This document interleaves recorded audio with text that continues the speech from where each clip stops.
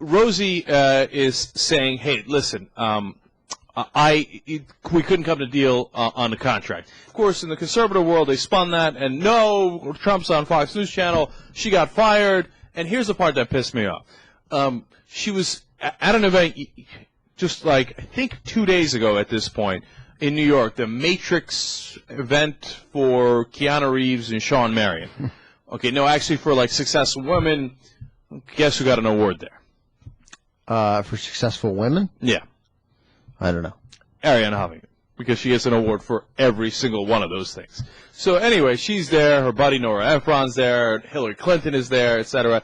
And randomly, Rupert Murdoch is there. And Rosie says, and Rupert Murdoch is going to present some award. And she's like, and Rupert Murdoch is here to present an award. She's like, although I don't really know why he's on the dais, he's not really a woman, right?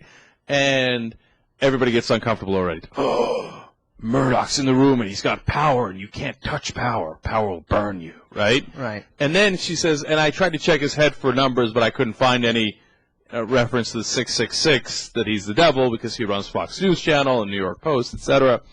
And that's it. She leaves it at that, and then he comes up and he says things. And then everybody freaks out. How could you say anything bad about Rupert Murdoch? You liberal! No, the funny thing is, it wasn't even you liberal. The Associated Press person who wrote it, I don't know why they didn't have his or her name on it, but I wanted to know who the knucklehead was. They're like, Rosie attacks Murdoch out of nowhere. Can't figure out why. Really? You can't figure out why? Rosie's liberal. Murdoch runs Fox News Channel. You can't put two and two together? Come up with four? They're like, why would she attack this upstanding citizen, this man of the media who's completely neutral? Why would she do that? Out of nowhere. But in the bigger picture of how the media treats Murdoch-owned enterprises, it is a big deal. Because they pretend, all of them do, because they love sucking up the power and money, and Rupert Murdoch has plenty of both. And they all think that, oh my God, I might one day be hired by Murdoch, so I better not piss him off. They all pretend that he's neutral, when in fact he was just, I don't think we did that story yesterday. We meant to get to it, and we didn't get to it. He was just at an event a couple of days ago talking about how global warming is made up. Okay, and he was talking about how everybody... We mentioned it. We mentioned it briefly. We didn't get into it in detail. And he was talking about how everybody is so unfair to President Bush.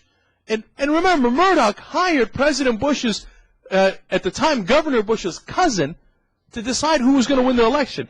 And that guy called the election for President Bush, and then every other network followed Bush's cousin in saying Bush has won the election, it's over, even though statistically it was a dead even tie. And all the networks called it because they followed Rupert Murdoch's lead, and Murdoch purposely did that. And Murdoch is the guy who basically gave the Swift Boat Veterans for Truth in 2004 untold millions of dollars of free advertising by having every single one of his shows talk about the Swift Boat campaign over and over and over. So for Barbara Walters and the Associated Press and everybody else in the media to suck up to Rupert Murdoch by pretending he's neutral and not getting the obvious fact that he is the #1 purveyor of right-wing propaganda in America is really grotesque.